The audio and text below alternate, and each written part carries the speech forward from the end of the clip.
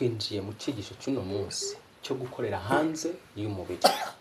Yesu ashimwe cyane. Gukorera hanze y'umubiri rero nibyo byonyine byagufasha gutsinda imyuka y'abadayimoni. Gukorera hanze y'umubiri nibyo byonyine byagufasha kurwanya ibikurwanya kandi ukabinesha. Kuko ibikurwanya byibuke biba bikorera hanze y'umubiri. Ntabwo umurozi akuroga umureba, ntabwo azi iwawe umureba. Umurozi afite ubushobozi bwo kwinjira mu cyumba iwawe, akaza akinjira kandi ntumubone. Kubera iki? Ntabwo aba aza mu mubiri, umubiri arawuta. Bigenda gute rero kugira ngo umurozi agire ubwo bushobozi bwo gusohoka hanze y'umubiri we? Iyo tuvuga umurozi ni umuntu wafashe roho yiwe, ubugingo bwe, agakorana amasezerano na Satani, akabugurisha kwa Satani. Yamara kubugurisha ubugingo bwe kwa Satani, Satani ako kanya aramwakira. Yamwakira akazajya yambara ubugingo bwe, akambara spirit yiwe cyangwa roho ye. Noneho ya roho yiwe kuko izihetswe yambawe n'umudayimoni, iraza igahita kwinjira mu cyumba iwawe. Waba wakinze cyangwa utakinze, ntabwo wavuga ngo gukinga ko mu buryo bw'umubiri ntabwo ushobora guhagarika umurozi kwinjira, keretse gukinga ko mu mwuka. Wasenze ugakora isengesho rifunga imiryango mu mwuka, rifunga amadirishya mu mwuka, rifunga icyumba cyawe mu mwuka, rifunga ikirere cyawe mu mwuka, ukaba ari ryo sengesho wamaze gukora rishobora gutuma wa murozi naza mu mwuka ataribona ahamenera. Noneho sasa umurozi, kuko ubwo nongere mbisubiremo n'uvuga ngo kugira ngo umurozi agire ubushobozi bwo gukora uko bigenda, ubugingo bw'aba yarabugurishije iki? Satani. Aba yariyeguriye imbaraga z'umwijima. Noneho bitewe n'amasezerano aba afitanye n'izo mbaraga z'umwijima, izo mbaraga z'umwijima ziraza zikambara roho yiwe, zikambara ubugingo bwe, zikinjira. N'uvuga ngo zishobora kuza rero, zishobora kwinjira mu ipusi, ukabona ipusi irimo iraza gutyo n'inyumba iragiye igeze ku buriri, yagera ku buriri kumva ngo umuntu uburyamye uwo munsi arapfuye, kuko ipusi tuyinjiye. Hari abantu bijya bigenda gutyo. Umurozi ashobora kuza gutyo, ubugingo bwe mu isi y'umwuka, ntabwo ari umubiri we, ubyumve, si umubiri aho ngaho. Ukabona ubugingo bwe Satani arabwambaye, roho irabwambaye, imizimu irabwambaye, noneho bukagenda bukinjira mu nzoka. Inzoka ikaza gutyo, ukabona inzoka irimo irakuruka, wayikubita, niwe ikubise uri umunyamubiri ugahita upfa. Hari umumama wampamagaye gutyo arambwira w'imusango w'intuza wo mu majyepfo, ambwira yuko umusaza we yakubise inzoka gutyo, ayikubise kuva icyo gihe ahita aba ikimara. Yigaga muri university birangira gutyo kubera inzoka. Yakubise iyo nzoka ahita aba ikimara paka magingo aya ngaya. Kubera iki? Ubukubise umuntu witije umubiri w'ikintu runaka. None ariko wowe ukubise mu buryo bw'umubiri, wo nta mbaraga ufite z'umwuka. Imana itugirire ubuntu mu izina rya Yesu. None sasa navugaga icyo cyigisho kivuga ngo gukorera hanze y'umubiri. Reka dufate ijambo ry'Imana dutangire dusome bimwe mu byanditswe. Bimwe mu byanditswe bitwereka ko bishoboka ko umuntu akorera hanze y'umubiri. Bimwe mu byanditswe bitwereka ko umuntu ashobora gukorera hanze y'umubiri, nibyo tugiye kureba.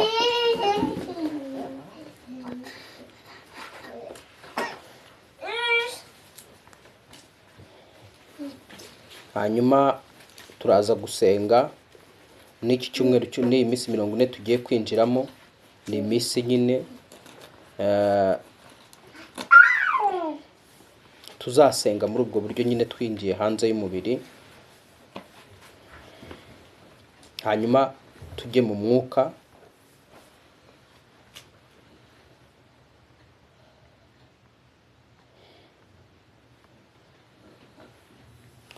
Abakorinto ba kabiri igice cya 12. Abakorinto ba kabiri igice cya 12.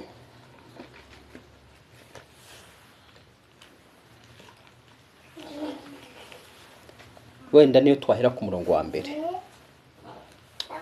Gukorera hanze y'umubiri nicyo cyigisho cy'uno munsi. Handitswe ngo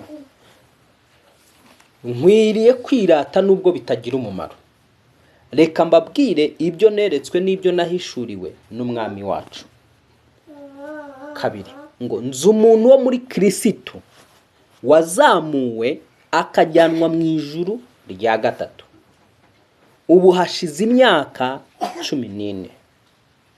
Niba yarari mu mubiri simbizi, cyangwa niba atarari mu mubiri nabyo simbizi, bizi Imana. Kandi nzi yuko uwo muntu niba yarari mu mubiri cyangwa niba atarari mu mubiri simbizi, bizi Imana. Yarazamuwe akajyanwa muri paradizo akumva ibitavugwa, ibyo umuntu adakwiriye kuvuga. Mwabyumvise yemwe? Iri jambo Imana rigigishijeho ndatangara. Ndavuga kumva umuntu ashobora kuba mu mubiri cyangwa akaba hanze y'umubiri. Yesu ashimwe cyane. Ngo hano Pawulo avuga ngo nzi umuntu wazamuwe akajyanwa mu ijuru rya gatatu. Niba yarari mu mubiri simbizi, niba atarawurimo ntabyo nzi, bizwi n'Imana. Ahangaha rero niho nahutiraga kugira ngo nguhishurire nkwereke uko abarozi bakora n'ukuntu umuntu akorana n'Imana. Iyo nge nihaye Imana, nkaha ubugingo bwanjye Imana, nkaha umwuka wanjye Imana, Imana irawuterura ikawukoresha. Yesu ashimwe cyane. Ukaba wakorera hanze y'umubiri wanjye, ugakora ama operation atandukanye. Ntega amatwi unyumve neza. Twashoje gusoma, nkurikirana wumve noneho dusobanura ibyo dusoma. Yesu ashimwe cyane. Wumve icyo umwuka avugana n'ubugingo bwawe, wumve icyo umwuka wera akwigisha, ugifate. Niba mu mutwe udafite akajagari, niba mu bitekerezo udafite akavuyo. Hari abantu usanga igihe cyose mu bitekerezo byabo bafite akavuyo, batabasha kubimanaginga. Dore bimeze gutya, bimeze gutya, bizerera, bibungagira gutya. N'urwa rero rimwe na rimwe none ibyo ni ibimenyetso byo mu isi y'umwuka. Umuntu ashobora kudomina imitekerereze yawe, ari umurozi, akagena ibyo utekereza, akagena ibyo ubasha kumva n'ibyo utumva, akagena ibyo wakira n'ibyo utakira. Ibyo rero ni ibintu ugomba kwanga. N'uzajya unasenga, ujye usengera icyo cyica, uvuga uti kwa Cinara Yesu nshaka umudendezo w'ibitekerezo byanjye, nshaka kuhoka kw'ibitekerezo. Amen. Sinshaka ko hari umuntu udomina imitekerereze yanjye atari umwuka wera wenyine. Umwuka wera niwe ugomba kudomina ibitekerezo byawe, akagena ibyo utekereza n'ibyo udatekereza. Iyo wihiguriye Imana rero, ubwira Imana kugira ngo idomine imitekerereze yawe. Noneho ariyigira gute? Ariyobora ibyo utekereza. Noneho kandi uwo mwuka wera ari nawe ugufasha gufata. Amina. Amen. Gufata ibikwiye ugomba gufata muri wowe, bikaba ari byo bibikwa mu bitekerezo byawe. Tuvuye aho ngaho rero, uyu Pawulo arimo aratwereka ngo nzi umuntu wazamuwe akajyanwa mu ijuru rya gatatu. Niba yarari mu mubiri simbizi, cyangwa niba atarawurimo nabyo simbizi, bizwi n'Imana. Akatwigisha ko rero bishoboka ko umuntu ashobora gukorera hanze y'umubiri we. Iyo rero nkamwe mwamaze kwiga mugasobanukirwa ko umuntu ari umwuka w'ubugingo atari umubiri. Amen. Umuntu ni umwuka w'ubugingo, si umubiri. Biroroshye cyane kugira ngo umuntu asohoke hanze y'umubiri we. Buriya iyo utangiye usenga ukavuga ati kwa Cinara Yesu ninjiye mu mwuka, mu mbaraga amaraso Yesu Kristo, uwanjyanye mu ishyamba nibonyemo, uwanjyanye mu cyaro cya kure ntazi, uwanjyanye hari ahantu nabonye, akanjyana mu buryo bw'umwuka nsohoye mu mubiri wanjye, wari ugiye kunzirikirayo, wari ugiye kumpambirirayo, wari ugiye kuntezayo ibyago, wari ugiye kumpishayo, kugira ngo mu isi ibigaragara ntagaragara, ndamuvuma, ndamutwika, ndamurimbura kwa Cinara Yesu. Uwa profese muri kiriya gihe nasohoye mu mubiri agahita yinjiza ikindi kintu mu mubiri wanjye, ndamuvuma. Buri nzoka yose yinjiye muri njye ndayisora kwa Cinara Yesu. Kuko mu mwuka nuko bigenda. Yesu ashimwe cyane. Mu mwuka umurozi arinjira, akaza akagira gutya mu bukonikoni bwiwe, agatwara umuntu. Ubwo wowe ako kanya ubugingo na roho yawe bigusohokamo. Byamara kugusohokamo akagenda. Ubwo urimo uribona mu ishyamba. urimo uribona mu cyaro cyakora cya hafi, urimo uribona mu matongo y'ahantu, ahantu nawe uzi ko ayo matongo unagiyeho hatakibaho, yari amatongo ya kera. Ukabona urimo uribona ahantu mu mirima, ahantu runaka. Noneho rero sasa ukagira ngo ni inzozi, kumbe mu mwuka baguteye abarozi. Bamaze kugutera basa aho wari uryamye, baraza baragutwara, araza agira gutya. Biroroshye cyane, uramukurikira, uragenda, akujyana ahantu runaka, akora ibyo akora, noneho mu mubiri wawe ugarukamo bamaze kudepamo iyindi myuka runaka. Niho ubyuka noneho ugasanga mu nda ntihameze neza, ukumva mu mubiri kumva mu mbavu, kumva nturi normal, ukibaza ngo ni ibiki. Hita wangaje urugamba ako kanya nawe ugaba igitero. Bwana sifiwe sana. Hari imisengere tuvuga y'amasengesho agaba igitero, ukataka. Haleluya. Mu isi y'umwuka, none ubwo uhita usohoka nawe hanze y'umubiri wawe, ubwo ukongera nawe ugasa nkaho uvuye muri wa mubiri. Bwana sifiwe sana. Ubwo ndimo ndandigisha nkwigisha no ku buryo warwanya indwara zose ziba zinjiye mu buzima bwawe. Haleluya. Indwara zinjira mu mubiri ari mwuka. Noneho sasa nawe ubwawe uri umubiri, utarimenya uri umwe n'umubiri, ni ikibazo. Umubiri ntabwo uri umwe n'umubiri. Haleluya. Wowe urihariye, uri umuntu udasanzwe mu buryo bw'umwuka. Noneho hita wicomora mu mwuka, noneho utangire gukora operation, utangire kuvuga katika jina la Yesu, ibi byose byambaye, uwangize ubutware bwo kuntwara akanyihisha. Biroroshye cyane. Dusomere. Fata Bibiliya kugira ngo wumve ibi bintu cyama, ukabyumva, nubyumva neza ukabyakira neza. Noneho muri iminsi 40 uzibohora, kandi uzabohora imigisha yawe myinshi cyane. Muri iminsi 40 tugiye gutangira dusenga, buri muntu asengera iwe mu rugo. Tuzatangira ejo. Uzabohoza imigisha yawe kandi yose uzayirekipera, nta na kimwe Satani azasigarana, kandi uzabibona mu bifatika. Amen. Nubikora gutyo ugasenga muri ubwo buryo. Dusomere Matayo igice cya 4. Matayo igice cya 4. Nkwereke urebe kujyanwa, ko umuntu ashobora kujyanwa. Twebwe Satani arabizi cyane, ntakeneye umubiri wawe, akeneye wowe w'imbere. Akeneye wowe w'imbere. Ntarwanya umubiri, arwanya wowe w'imbere. Nta fokasinga wowe w'inyuma, abanza gufokasinga wowe w'imbere, kuko arabizi ngo wowe w'imbere ni mutsinda, umubiri ndakontorora uko mbyifuza. Umuntu wagufashe mu mwuka akugenza uko ashaka. Yaba ari umurozi, umugore uba mu bintu by'uburozi, afata umugore akamugira debile, umugabo akamugira debile, kazajya avuga ati nkarabya, akamukarabya, kazajya avuga ati kora ibikamuha, njya mu gikoni akamesa imyenda, akayimesa, umugore yicaye. Kuko aba yaragize gute? Abamudomina mu mwuka, muri bwa burozi bw'ibyo baba baramuhaye, abaraciririye. Hari ibyo amugaburira, hari ibyo agira gute, hari ibyo museguza. None uzambara ugasanga ziradomina, ya myuka aramudomina akoresheje iki? Imbaraga z'uburozi.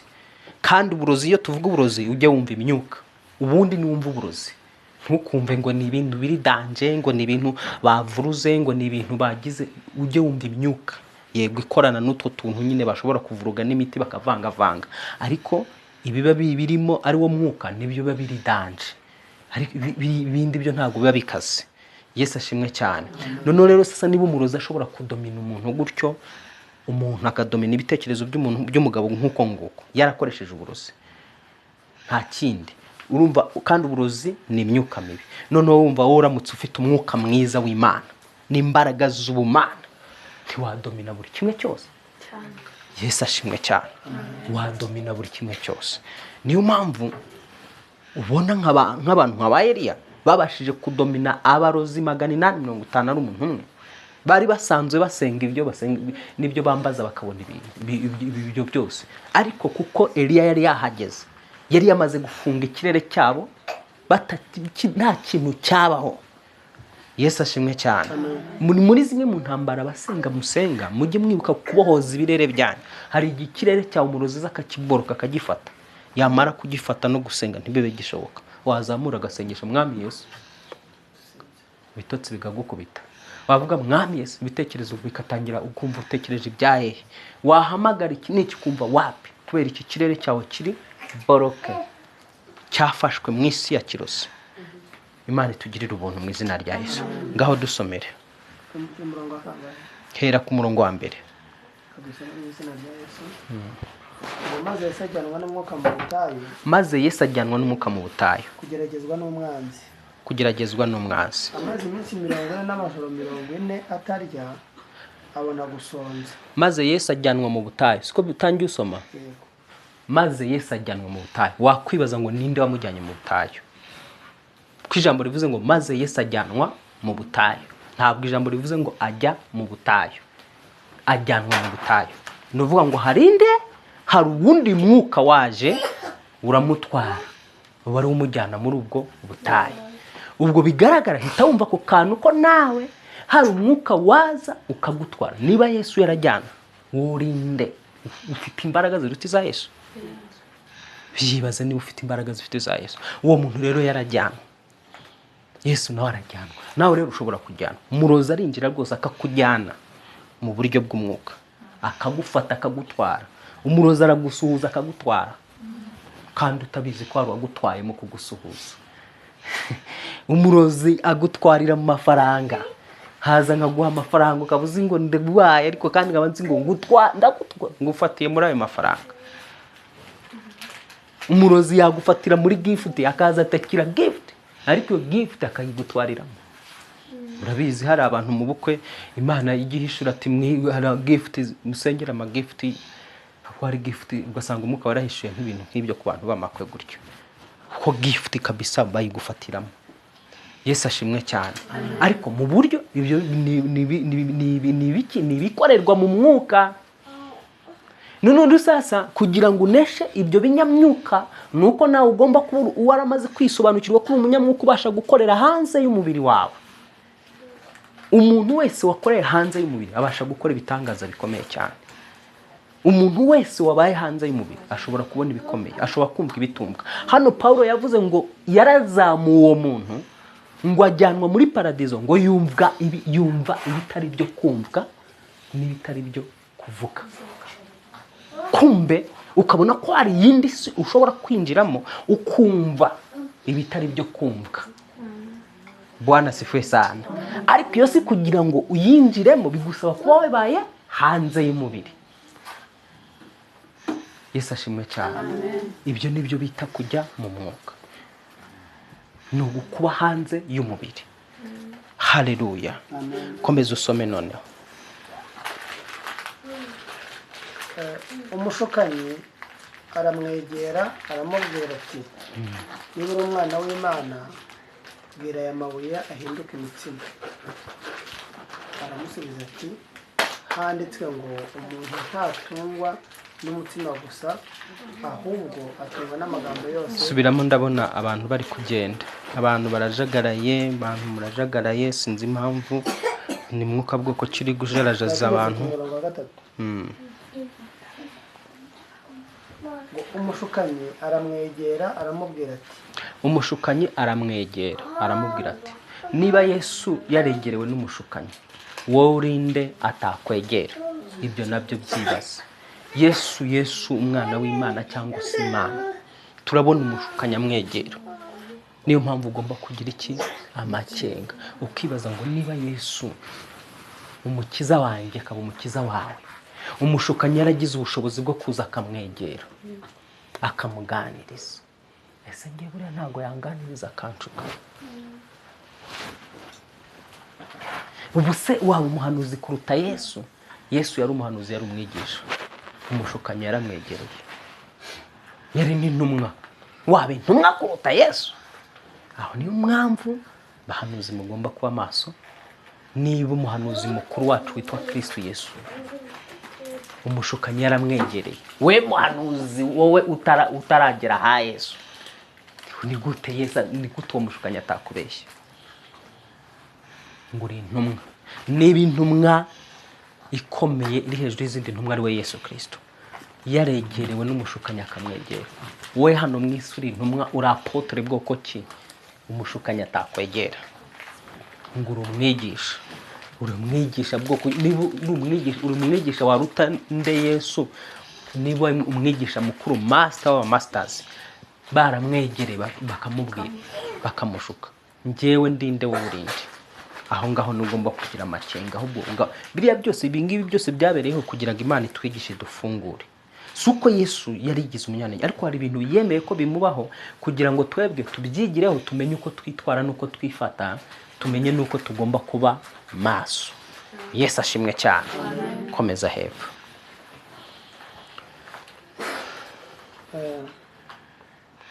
Aramwegera aramubwira ati niba ari umwana w'Imana bwira aya mabuye ahinduke imitsima. Aramusubiza ati handitswe ngo umuntu ntatungwa n'umutsima gusa ahubwo atungwa n'amagambo yose ava mu kanwa k'Imana. Iyo turi hanze y'umubiri turi gukora ama operasiyo zose zigomba kuba zishingiye muri handitswe ngo. Yesu ashimwe cyane. Iyo turi hanze y'umubiri twinjiye mu mwuka turi gusenga, urumva uyu ni Yesu n'umwanzi. Ntabwo watsinda umurozi utazi ngo handitswe ngo, ntabwo watsinda Satani utazi ngo handitswe ngo.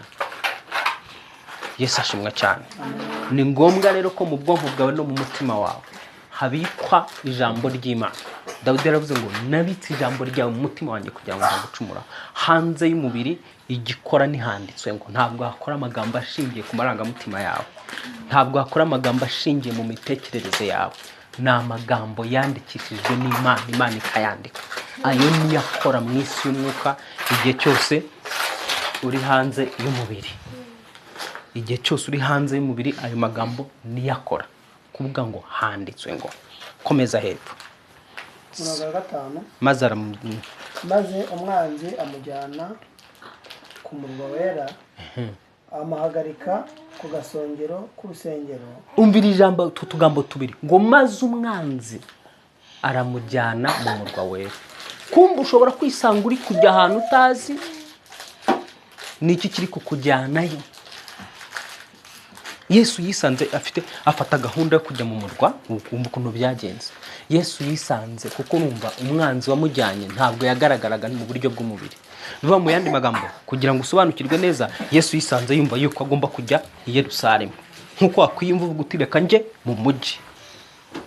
Ariko muri uko kujya mu mujyi, nkuko ushobora kwimbwira ngo reka nje kureba runaka, nje gusura runaka, wowe ukibwira ngo ni wowe wishyizemo kujya gusura runaka, ukibwira ngo reka nje kureba runaka, kumbe wowe ntumenye ko ari umwanzi ugushyizemo icyo gitekerezo cyo kubwira ngo reka nje gusura runaka. Nuko Yesu byamugendeye, yumvise ngo ntabwo Satani yaje ngo amufate akaboko ngo amujyane gutya. No, siko bimeze ngo amujyane mu murwa. Nuvuga ngo Yesu yiyumvisemo kujya mu murwa. Yarara ahantu hamwe ari waturije, none mu bitekerezo bye haza kujyamo ngo jya mu murwa.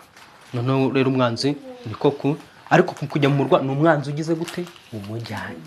None amugezeyo ngo aravuga ngo zamuka, ngo muzamura mu kugasongero. Ubwo Yesu rero yisanze atangiye kugenda azamuka yurira mpaka urusengero, yisanga ari hejuru y'urusengero.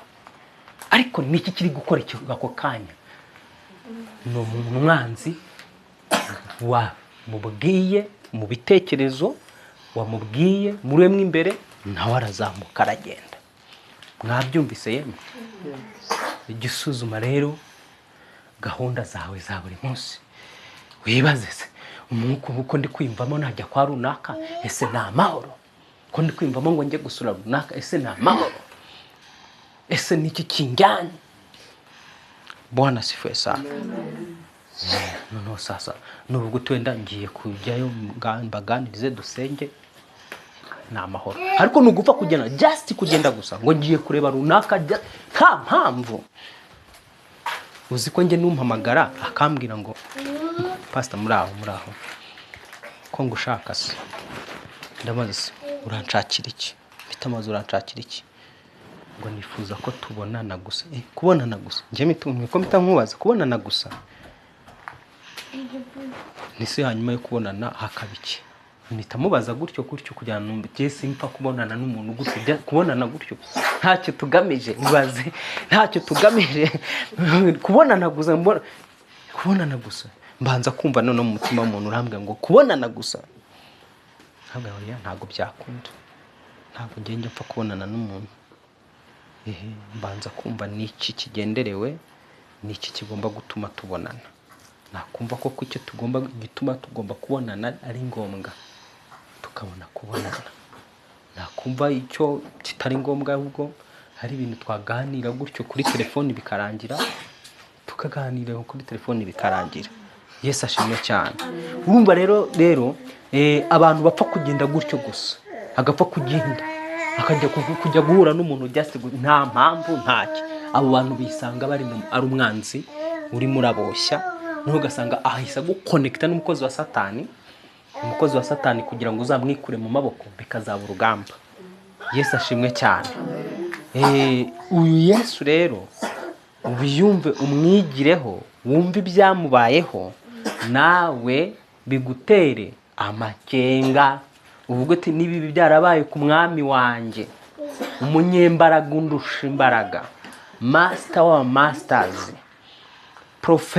profete wa profete, bikamubaho, njyewe ndinde umwanzi atazamura, njye ndinde umushukanyi atashuka, njyewe ndinde bitagendekera gutyo.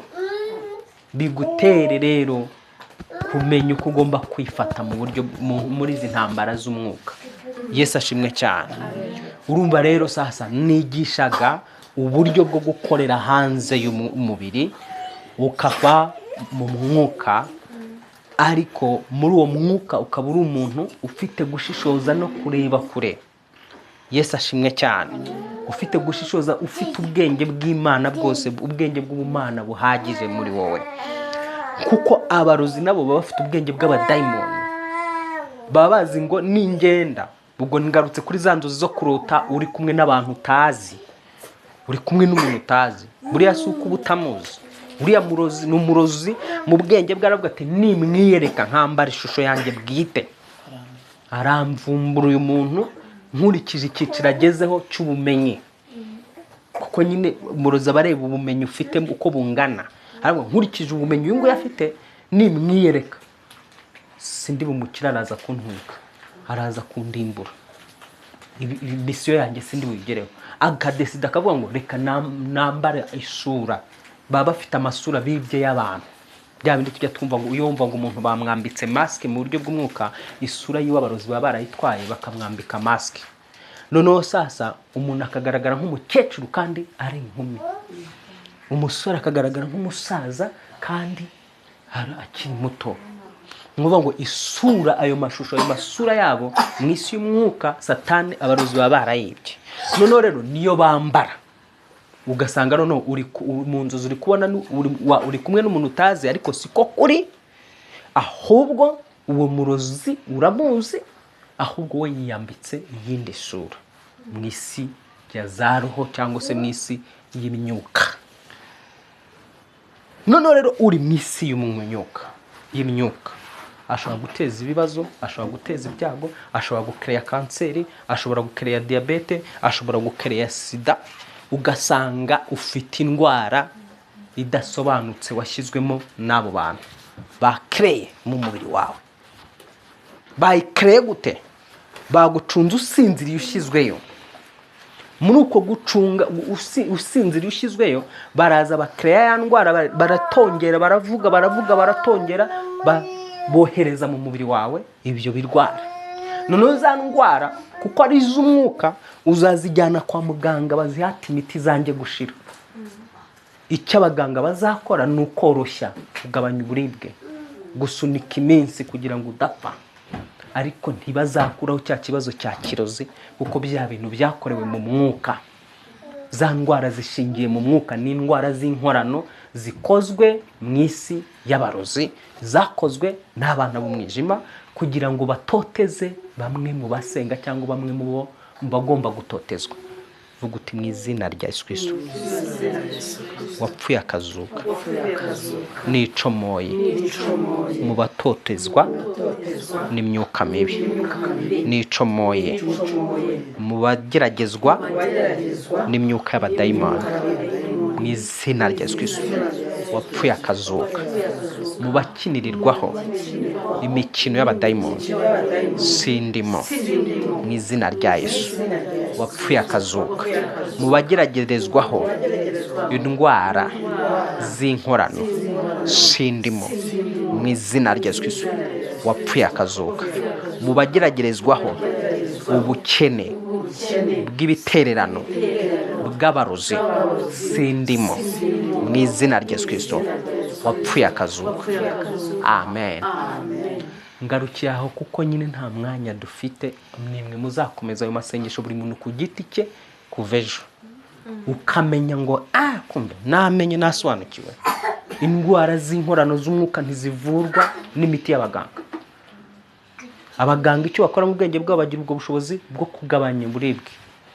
Noneho sasa muri iyo minsi 40 uzakora mu operation uri hanze y'umubiri wawe, utangire urandura izo ndwara mu mubiri wawe, witandukanye nawe, witandukanye n'uburibwe bwawo, hanyuma ujye mu mwuka utangire ubwire buri ndwara yose uravuga urasohoka mu mubiri wanjye igihe winjiriyemo sinigeze nkwemvita wowe, nta burenganzira ufite bwo gutura mu mubiri wanjye, nawo hariye Yesu n'umwuka wera. Bwana sifiwe sana. Niba ari ubukene ubwo bwa kirozi, ubukene bwa kirozi ni uko usanga no mu miryango y'iwanyu hari ubukene bucucumba. Ugasanga mukuru wawe buracucumba, murumuna wawe buracucumba, inyoko buracucumba. Ugasanga ni ibintu wowe rero usenga ugomba kuvuga uti no, ibi ngibi ni tekinike za Satani washatse kuhambira umuryango wose ngo uhambirize ubukene. So nge sindimo rero abo yahambiriye muri umuryango ngomba kucomokamo, nge nkahabwa umugisha n'Imana. Semene amen. Ugarwana mu buryo bwo gusa nokabwa no mukuru wanjye n'umukene, muri umuna n'umukene, nibiye abo kwa data wacu nta numwe. Nge ngomba gucomoka muri uyu muryango, ngomba gusiganwa ngakombata mpaka kugeza igihe menaguye borokaje y'ubukene bw'umuryango cyangwa ikiziriko cy'umuryango. Aho abasore nibo babivuga neza, kifungo cya kifamilia babyita kifungo, nuba n'umuryango waraboshywe, ikiziriko kiba cyaraboshye umuryango wose. Ubwo bukene bugahinduka ikiziriko cyangwa se bugahinduka umugozi uboshye umuryango wose. Kubera iki? Ntabwo ari Imana iba yarabikoze, ni nk'umurozi warafunze so, yafunga so iso akamuheza mu bukene, umukene azabyara umukene. Niko bigenda. Niba so yari umukene, nyoko ari umukene, bazagomba kubyara umukene. None sasa nyuma rero yowe kuvuka ubwa kabiri, wowe wavutse ubwa kabiri muri Yesu Kristo, uhita rero winjira mu buryo bwo gusohoka bwa nge navutse ubwa kabiri kwa Cinara Yesu. Uyu mwuka wanyenesheje wari waraboshye mama ukabuha data nanjye ukanzi ukabushaka kunyiyongeza, kuko Satani muri kamere yiwe abashaka kwiyongeza. Biravuga ngo bafashe bicishije Yohana umubatiza inkota. Herode abonye ko abarubanda rwishimye, kuko Herode yari amaze kugira kwica Yohana umubatiza, ngo ariyongeza afata na Petero. Ariko afashe Petero havutse iki? Ngo itorero rigira umwete wo kumwingingira. Haleluya. Ugomba kugira umwete wo kwingingira kugira ngo Satani atakwiyongezaho, kuko yabonye yafashe isoka amwicisha ubukene, agafata mwe n'wanya akamwicisha diabete, agafata mwe n'wanya akamwicisha iki, ahita yongeza umwe mu muryango avuga ati reka mfate na runaka nzamwicisha diabete. Iyo agize uwo yicisha inkota bakamutera inkota agapfa, cyangwa bakamuniga, cyangwa bagamutema n'umupanga, arishima akavuga ati reka nziyongeza agahungu kawe nako bazagatema. Nuko nguko Satani bashaka kwiyongeza igihe cyari cyo cyose. Vuga uti mu izina rya Yesu Kristo, yewe Satani ntuzanyiyongeza. Mu izina rya Yesu Kristo yampaye ubutware bwo gukandagira inzoka na scorpion n'imbaraga z'umwanzi. Mpagaze muri iryo jambo, ndagufata, ndakuboha n'abakozi bawe, ndabahambira mbajugunye kure yanjye. Mu izina rya Yesu Kristo wapfuye akazuka, ndogoye imigambi yanyu mumfiteho, ku mubiri wanjye, ku buzima bwanjye, ku mibereho yanjye hano mu isi. Nta na kimwe muzakora kibi kizangeraho, kuko handitswe yuko nta byago n'amakuba bizegera ihema ryanjye. Mu izina rya Yesu wapfuye akazuka, urakoze Yesu. Amen. ni uko nguko uzajya usenga uri hariya muri iyi minsi 40. Bwana asifiwe sana. Igenamigambi rya Satani ukaryangiza ku buzima bwawe, igenamigambi ry'abarozi ukarisenya ku buzima bwawe, kuko abarozi nk'uko mubona mu gihugu cy'u Rwanda cyangwa mu bihugu byo mu isi haba minisiteri y'igenamigambi. Amen. Igihugu nyine ubwo nuvuga ngo muri iyo minisiteri bishinzwe gucura imigambi y'igihugu, nyine uko igihugu kigomba ku bije, bagakora bije n'iki bagategura amafaranga y'imari n'igenamigambi n'iki igihugu kizakoresha. Niko mu isi ya kirozi bigenda, mu isi ya Satani bigenda. Barapanga bakavuga bati kwa runaka tuzahateza ubukene, nyuma yaho ngaho tuzamugonganisha n'umugore we, ntibazajya bahuza. Ubwo barimo barabipanga bavuga ati tugiye kumugonganisha n'umugore, tujye tubasopanya tubagonganisha, ntibakumvikane. Ikuzimu bagafata icyemezo bakavuga aba bantu ntibagahuze, aba bantu ntibakumvikane. Ubwo rero sasa ibyo bari gupanga iyo ngiyo mu isi ya kirozi bakabizana mu bigaragara, ugasanga koko ntiwumvikana n'uwo muri kumwe. Kubera iki? Ni ibintu bizamurwa, iyo migambi gacurwa bakayizamura bakayishyira iwanyu. Bakapanga bakavuga bati okay sawa, nyuma yo kutavuga rumwe kwabo tuzafunga imiryango, urufaranga ruzajya ruza turukubitisha indwara, rutwarwe n'indwara. Gatatu bakavuga okay sawa, nyuma yaho ngaho abana tuzatwara ubwenge bwabo, nta bwenge bazagira mu ishuri, bazajya batsindwa. Ubwo n'abarozi bari gupanga bateguye mu isi ya kirozi. Nyuma bakicara bakavuga bati okay sawa, tuzamwangisha abantu, icyo azakora cyose tuzajya tukibana, ntaho kizajya kigera. Bakicara bakavuga okay sawa, nyuma yaho ngaho tuzajya tugena n'ibyo atekereza, tuzajya dutuma yiganyira, yiheba gusa, abe mu maganya, nta mahoro tuzamuha, nta byishimo, azaho mu buzima ahangayitse. Ibyo bakabipanga, ugasanga noneho ko byateguwe baje babisoreje ku buzima bwawe. Ariko umva ko ijambo rivuga, ijambo riravuga ngo nubwo tugenda twambaye umubiri w'umuntu ntiturwana mu buryo bw'abantu, ngo ndetse n'intwaro z'intambara yacu si nk'iz'abantu, ngo ahubwo imbere y'Imana zigira ubushobozi bwo gusenya ibihome, ngo no kubikubita hasi, ngo dukubita impaka z'ikintu cyose kishyire hejuru kurwanya kumenya Imana, ngo kandi dufatamira ibitekerezo byo mu mutima w'umuntu tukabigomorora Kristo. Urumva rero umunyamwuka rero azibuka iryo jambo, avuga ati mu izina rya Yesu Kristo ndakusanya, ndegeranya imitekerereze yose ndwanya, ndafata ibitekerezo by'umuntu ndwanya, ndabiboha, ndabizirika, ndabisenya, ndabirimbura kwa kinareza. Ndafata ibitekerezo by'umuntu nkombata mu kazi, udashaka ko mbona uyu mwanya mu kazi, ndabifata mbere ndabiboha.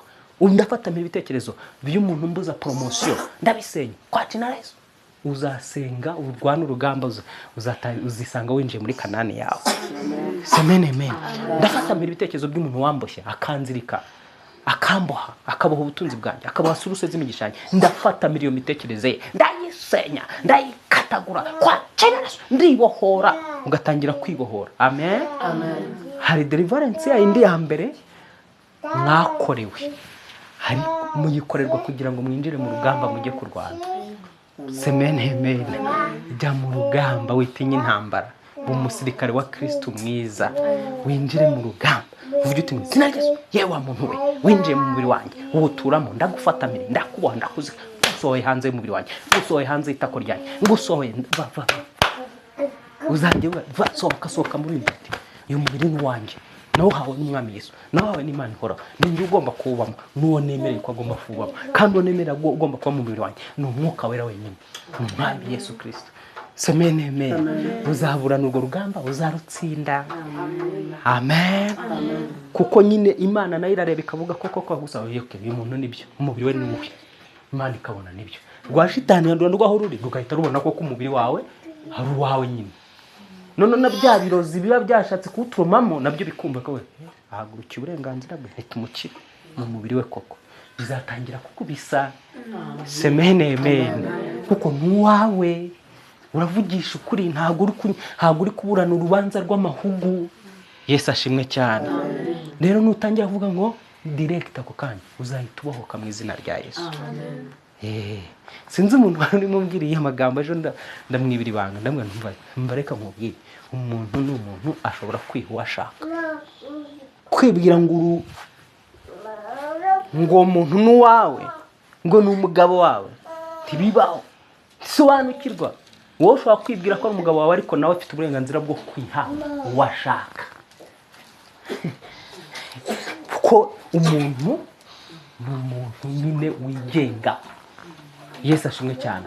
Yakwiha cyangwa akakwima, afite ubwo bushobozi. Kuvuga ngo yera n'umugabo wanjye, uvuze se sindi uwawe mu izina rya Yesu, nawe ukavuga nanjye sindi uwawe mu izina rya Yesu, ubwo icyo gihe urwo rugamba uzarutsinda, ntuzaba yarushije gusenga. Sema amen. So nuvuga ngo rero mu mwuka umuntu ni umuntu Imana yaremanye umudendezo, ashobora kwiha icyo ashaka.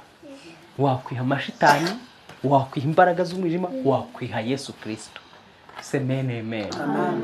Noneho sasa wakwiha ukeneye ko utifuza ukamwima. Uko niko ugomba kumera mu isi y'umwuka rero, ukaba uwo mudendezo. Bwana sifiwe sana.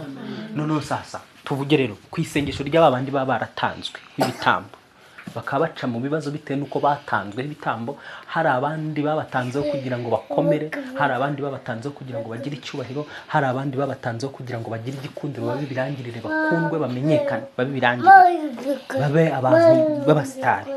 Umuntu akaba yagutanga muri ubwo buryo, inyenyeri yawe ikimwe igasahurwa. Iyo winjiye mu isengesho riburana ibyo ngibyo, utangira ngo kwa Kinaresu wantanze wese nta burenganzira mfite, sindi uwiwe. Kwa Kinaresu ndi uwa Yesu, ndi uw'Imana ihora. Kwa Kinaresu. Ubu rero ko hari ibibazo ushobora guhura nabyo bituruka mu wagutanze. Mwisi y'umwuka ari umuntu wagutanze utabizi. Ndaje ndagusuhuje, nakubonyeho inyenyeri ikaze mu mwuka, ndayitwaye. Namara kwitwara nkagenda nkagutanga. Uzisanga watangiye gusufurira. Niba ari inyenyeri yo kwakira amafaranga, uzisanga muri iyo minsi utari kwakira. Yose sikora ikintu n'iki cyabaye ko ntakibona amafaranga. Cyangwa se hari n'abandi baba bafite inyenyeri yo gushaka amafaranga, ugasanga ni umuntu uzi gushaka amafaranga. Gushaka amafaranga ni uwa mbere azi, yani wamureba ukavuga ati uyu mugabo, uyu mukobwa, uyu mugore, uyu muntu azi gushaka amafaranga. Ukubona rero ashobora kwitwara iyo nyenyeri, kuko we udafite ubwo bushobozi bwo gushaka amafaranga, iyo nyenyeri akayiba. Wowe noneho akagutangaho igitambo kugira ngo we iyo nyenyeri ayidomine yo gushaka amafaranga. Bwana sifiwe sana. Isengesho rero nanone rishobora kugarura uwo muntu, rishobora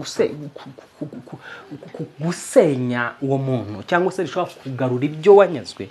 Nuko ugomba kwatutwa Kinaresu. Iyi nyenyeri nayihawe n'Imana, ntabwo nayihawe n'umwana w'umuntu. Ndayiburana, ndayikurikirana kwa Kinaresu. Iyo nibwe yose, iyo natwawe yose, ndayigarura, ndayirekipera. Izahita ukivuga ngo ndayirekipera.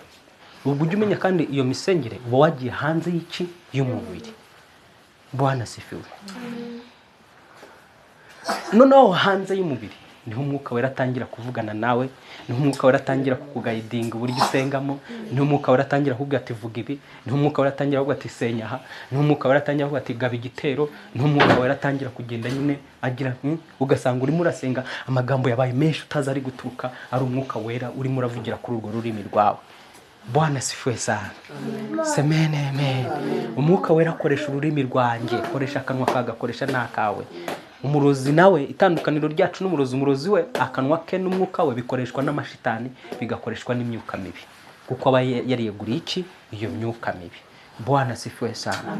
Noneho rero bo kuko bazi yuko kumanywa kuko batatuvogera ngo badushobore, aba bakozi ba Satani, aba barozi bose bakora nijoro, abantu bashyizweho basinziriye. Niho bavuga bati nibura tubonye agahenge, ubwo abashyizweho natwe twajya kwihimura. Muri uko kwihimura rero kwa kundi usinziriye, hakaba hari inzozi nyinshi 90% zibirotwa n'abana b'abantu. Ziba ari inzozi z'abarozi, ziba ari iz'ibitero, abarozi bagabye ibitero ku buzima bwabo. Yesu ashimwe cyane. Dusoreze mu Baroma, hanyuma dufate umwanya wo gusenga.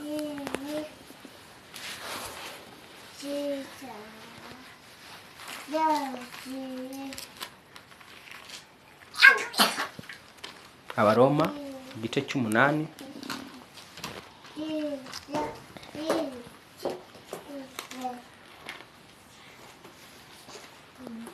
Abaroma igice cya 8.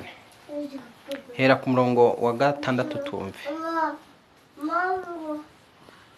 Reka dusome mu izina rya Yesu. Umutima wa kamere utera, ariko umutima w'umwuka w'Imana. Umutima wa kamere utera iki? Urupfu. Ngo ariko umutima w'umwuka uzana ubugingo n'amahoro. urumva hari umutima w'umwuka usabwa gukorana nawo. Yesu ashimwe cyane. Umutima wa kamere ni umutima urimwo amahane, amatiku, inzangano, urwango, ishyari, uburyarya, kubeshya n'ibindi. Uwo mutima uba ari uwa kamere. Icyo gitima cya kamere rero cyo kizana iyo umurozi cyatatse, umurozi arakica. Uwo mutima uri mu rupfu. Umukristo wese agomba kwirinda umutima wa kamere. N'igihe uto dukamere twaje ugatangira kuturandura. Semene amen. Kuko umutima wa kamere utera urupfu, amatiku, inzangano, ishyari, uburyarya, kubeshya, gushukana n'ibindi, gutukana n'ibikibi iyo biri mu mutima mu. Uwo mutima ni umutima wa kamere. Uwo ntushobora gutsinda mu isi y'umwuka. Ufatwa mpiri n'abarozi. Ntabwo ushobora kubona amahoro yawe rero. Ariko hano baratubwira ngo umutima w'umwuka uzana amahoro n'iki? N'ubugingo. Kuko ni umutima w'umwuka. Komeza hepfo. Kuko umutima wa kamere ari umwanzi w'Imana. Kuko utumvira amategeko y'Imana, ndetse ntushobora kuyumvira. Ubwo burya abari mu butware bwa kamere ntibashobora kunezeza Imana. 9. Ariko mwebweho muri aba kamere, ahubwo muri abo umwuka. Niba umwuka w'Imana uba muri mwe, ariko umuntu wese atagira umwuka wa Kristo ntaba ari uwe. Garukiraho ngo ariko mwebwe ntimuri aba kamere, ahubwo muri abo umwuka. Niba umwuka w'Imana aba muri. Iyo turi hanze y'umubiri bisaba kugira ngo twiyegurire umwuka wera, aba ari udukoresha. Semene amen. Bisaba kugira ngo wegurire ubugingo bwawe, wegurire umutima wawe umwuka wera. None umwuka wera yambara umutima wawe. Imyuka y'abadayimoni yambara imitima y'abarozi, kambara imitima y'abapfumu n'abakonikoni. Imyuka mibi ubwo ndatangiye kugaragaza za ntambara turwana nazo. Mbega bari muri kote yindi y'abaturwanya uko bimera. No kuri twe ngaragaza uko bigomba kumera. Amen. Nicyo nshaka gusobanura. Abakozi ba Satani bo baba bambaye umutima wa kamere, umutima w'ubugome, umutima w'umujinya, umutima w'uburakari, umutima w'ishyari, umutima w'uburyarya, umutima wo kubeshya. Abo nabo muri kote ya babandi ba kamere ari bo bakozi ba Satani. Noneho umutima w'ishyari, umutima kuko afite umutima w'ishyari, agufitiye ishyari, adashaka gutera imbere, adashaka kumuruta. Arabona waguza akantu gato gusa bikamurya, bikamubabaza, kamwe yabona hari akantu kabaye kuri wowe bikamurya, ishyari rikamwica. Uwo muntu bituma daimon yambara wa mutima we.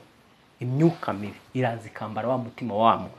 Yakwambara mutima wa muntu mwijoro wa muntu akakwataka. Hari abakoreshwa batabizi muri iki gice.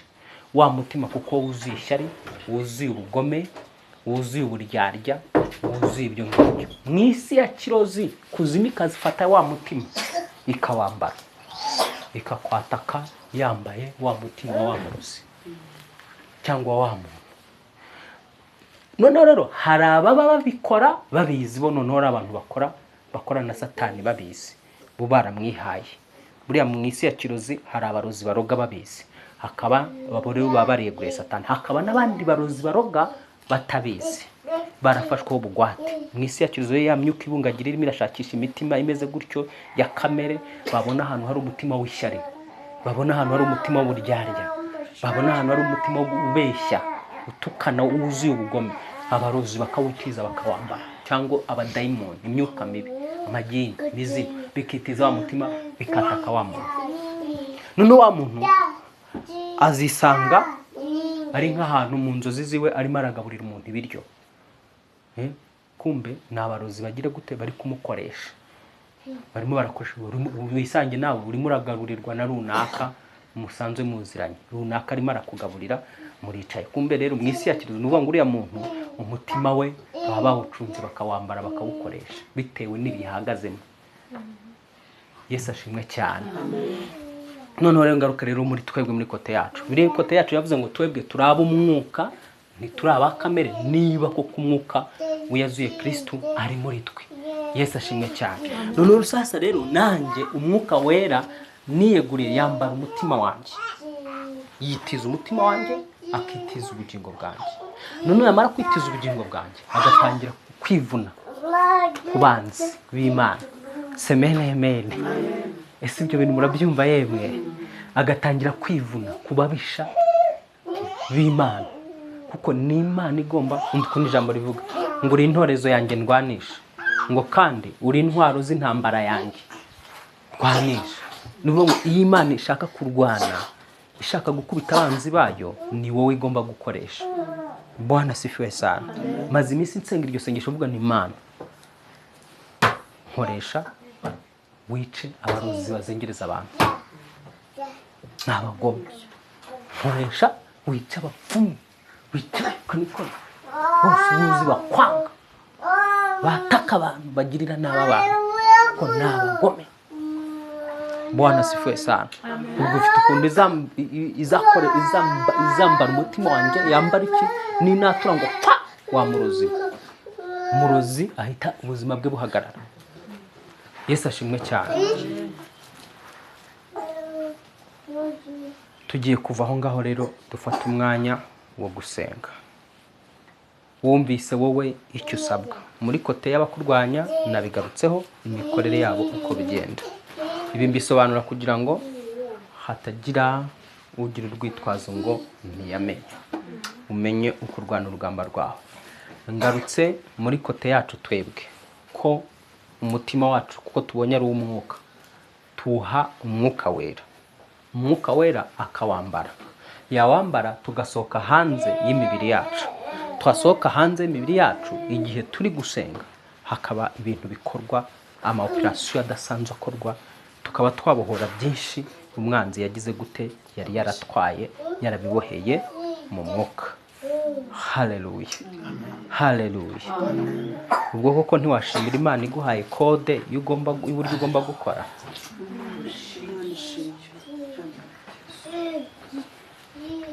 Kuko hari umuntu uba wibaza gute, ni gute, ariko Imana ishimwe. Najyaga mbibaza Imana, ahubwo Imana ni gute narwanya umurozi, ko aba yanyatatse ntamureba, namurwanya. Uyu munsi nabonye igisubizo rero. Yesu ashimwe cyane. Nuko nguko basohoka hanze y'imibiri yabo, natwe dusohoka hanze y'imibiri yabo, duhurire mu kirere tugonganireyo. Semene amen.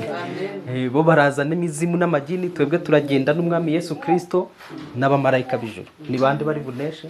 Turanesha. Ni twebwe. Zamurira umwami cyubahiro. Mubwiye ngo urakoze mwami w'abantu, urakoze mwami w'abantu, kunyigisha no kumpugura no guhumura umutima wanjye. Ndagushimiye kuko ari wowe umenya ibinkwiriye.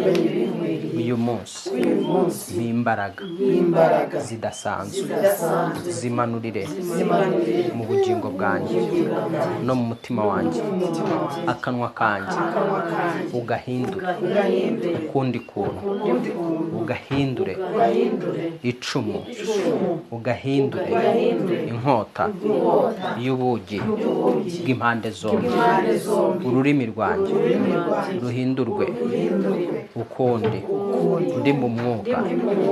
Uyu munsi negeranyije ababisha n'abanzi b'ubugingo bwanjye, abanyubikira nsinziriye nashyizweyo, bakanyataka bakambohesha ibibazo, ubukene, indwara, igisuzuguriro, urubwa, ikimwaro, ubujiji, ibyaha, ubuhumyi, ubupfamatwi, ibyo bakora byose bangirira nabi, ndi mu mwuka ndabibasubiza izina rya Yesu wapfuye akazuka. Uyu munsi natuye kubohoka no gukira kwanjye mu izina rya Yesu wapfuye akazuka. Amen. Dushoje.